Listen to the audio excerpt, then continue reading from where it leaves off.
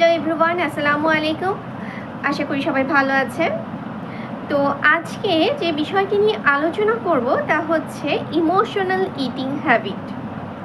জিনিসটা আপনাদের কাছে নতুন শুনতে মনে হলেও আসলে কিন্তু এটি আমাদের দৈনন্দিন একটি প্র্যাকটিস। কাজ আমরা প্রত্যেকেই খাবার খাচ্ছি, কিন্তু কখনো আমরা চিন্তা করি না বা আমরা বোঝার ট্রাই করি না অ্যাকচুয়ালি আমি কেন খাবারটা খাচ্ছি। আমি কি ইমোশনালি ফুডের উপর ডিপেন্ডেন্ট কিনা, নাকি আমি আমার নর্মাল হাংরিনেস থেকে খাচ্ছি বা নর্মালি আমি আমার ফিজিক্যাল নিড থেকে খাচ্ছি। সো আজকে এই জিনিসটাই ফাইন্ড আউট করব যে আমরা আসলে ইমোশনালি খাচ্ছি নাকি আমাদের হাংরিনেস থেকে খাচ্ছি না ফিজিক্যাল নিড থেকে খাচ্ছি, আসলে আমরা কেন খাচ্ছি। সম্পূর্ণ ভিডিওটি আশা করি দেখার চেষ্টা করবেন, একদমই না টেনে, কারণ টোটালি একটি নিউ টপিক এবং এখানে হিউজ পরিমাণে ইনফরমেশন আমি ইনক্লুড করার ট্রাই করব। সাথে থাকুন। We can feel that food is love, food is comfort, food is reward, food is safety. But how? একটু খেয়াল করে দেখি, যখন একটি ছোট্ট বাচ্চা কান্নাকাটি করে, সো মা তাকে কি দিচ্ছে? মা চিন্তা করে যে তাকে যদি মিল্ক দেওয়া হয় তাহলে হয়তো বা সে কমফোর্ট ফিল করবে। সো দ্যাটস ওয়াই একটা বেবি যখন কান্নাকাটি করে তখন তাকে কিন্তু ফুড দেওয়া হয়। This is number one. And number two is when someone make a good result, then we also give her some treat or celebrate with snacks or spicy food items. Number three, যদি কোনো wedding ceremony or কোনো birthday party আমরা চিন্তা করি, first of all আমাদের মাথায় hit করবে a large cake and some delicious foods. Number four, even though কেউ যদি মারাও যায় তাহলেও কিন্তু আমরা চিন্তা করি যে যারা রিলেটিভস থাকবেন, যারা নেইবার্স থাকবেন এবং যারা যারা আছেন আত্মীয় স্বজন পাড়া প্রতিবেশী যেখানেই যা আছেন, খাবার সার্ভিংয়ের একটা ইস্যু কিন্তু চলে আসে।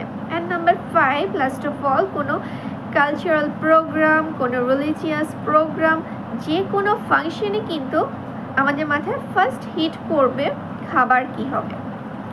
সো আমরা কিন্তু আমাদের কোনো আনন্দ, কোনো কষ্ট, কোনো সেলিব্রেশন, এভরিথিং কিন্তু আমরা খাবারকে ঘিরে করছি। সো খাবারের সাথে আমাদের কিন্তু একটা ইমোশনাল বন্ডিং কাজ করে।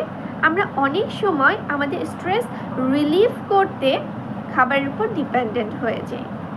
আপনি কোনো খুব গুড নিউজ নিয়ে বাসায় ফিরবেন, চিন্তা করবেন যে আমি কোনো মিষ্টান্ন জাতীয় খাবার কিনে নিয়ে যাই। আপনি আপনার বাচ্চার বার্থডে সেলিব্রেট করবেন, অবশ্যই আপনি কেকের অর্ডার দিবেন, সেই সাথে বিভিন্ন ধরনের fast food item or homemade কোনো ফুড আপনি তৈরি করার চেষ্টা করবেন। এমনকি বর্তমানে দেখা যায় বিভিন্ন ধরনের ব্রেকআপ সিচুয়েশনেও কিন্তু এটা সেলিব্রেট করা হচ্ছে আর ডিপেন্ডেন্সি চলে আসছে বিভিন্ন ধরনের খাবারের উপর। সো দ্যাট আমরা অবশ্যই বলতে পারি যে আমরা কিন্তু অনেক ক্ষেত্রেই ইমোশনাল ইটিং হ্যাবিট আমাদের আনকনশিয়াস মাইন্ডে আমরা এটা প্র্যাকটিসের মধ্যে চলে এসেছি। কিন্তু এই যে প্র্যাকটিসটা, এটা কি আসলেই good or bad for us, এটা একটু ফাইন্ড আউট করার ট্রাই করি।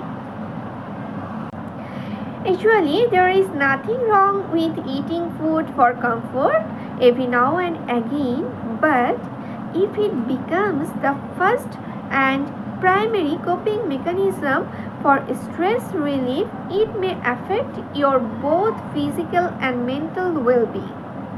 So, you should be concerned about this.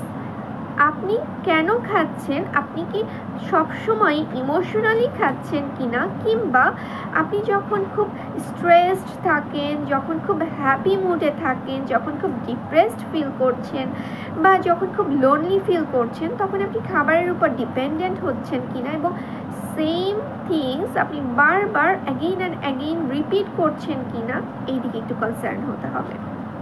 নাহলে দেখা যাবে অ্যাজ এ বাই প্রোডাক্ট হিসেবে ওবেসিটি তো আছেই, এর সাথে আসবে আপনার ইমিউনিটি সিস্টেম ফল করবে, আপনার hypertension, diabetes, heart disease, kidney disease থেকে শুরু করে বিভিন্ন ধরনের ডিজিজ আপনাকে ধরে রাখবে, ঘিরে ধরবে।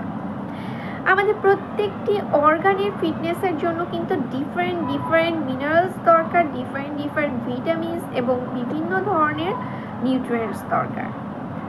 সো আমরা যদি কোনো রিওয়ার্ড হিসেবে, কোনো সেলিব্রেশন হিসেবে বা আমাদের ডিস্ট্রেস ম্যানেজ করতে ফুডের উপর ডিপেন্ডেন্ট হয়ে যাই, এটা কিন্তু সবসময় যে পজিটিভ ইম্প্যাক্ট ফেলবে শরীরে এমনটা নয়। নেগেটিভ ইম্প্যাক্টটা কিন্তু একটা সার্টেন পিরিয়ডের পর বেশি পড়বে। বিভিন্ন ধরনের হরমোনাল ইমব্যালেন্স, রিপ্রোডাক্টিভ হেলথের উপর বিভিন্ন ধরনের বাজে ইম্প্যাক্ট কিন্তু এই যে ইমোশনাল ইটিং হ্যাবিট বারবার প্র্যাকটিসের কারণে কিন্তু পড়ে থাকে। সো এই বিষয়ে অবশ্যই সতর্ক হওয়া উচিত। যখন দেখবেন যে আপনার ফুড হ্যাবিটটা হয়তো ঠিক হচ্ছে না কিংবা আপনি নিজে ব্যালেন্স ডায়েট করতে পারছেন না, ডেফিনেটলি একজন এক্সপার্টের পরামর্শ নেবেন।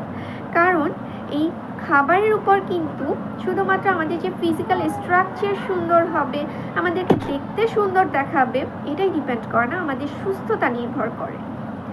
সো আশা করি অনেকটা ইনফরমেশন আপনারা পেয়েছেন what is emotional eating habit এবং কেন আমরা সবসময় ইমোশনাল ইটিং হ্যাবিটে থাকতে পারবো না। আমাদের বিভিন্ন ধরনের এক্সারসাইজ দরকার, বিভিন্ন ধরনের অ্যাক্টিভিটি দরকার। এমনকি আমি আমার আরেকটা ভিডিওতে বলেছিলাম মাইন্ডফুল ইটিং হ্যাবিট প্র্যাকটিস।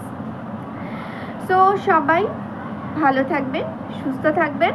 আজকে এই পর্যন্তই। নেক্সট কোনো ভিডিওতে নতুন কোনো টপিক নিয়ে আপনাদের সামনে হাজির হব। আসসালামু আলাইকুম।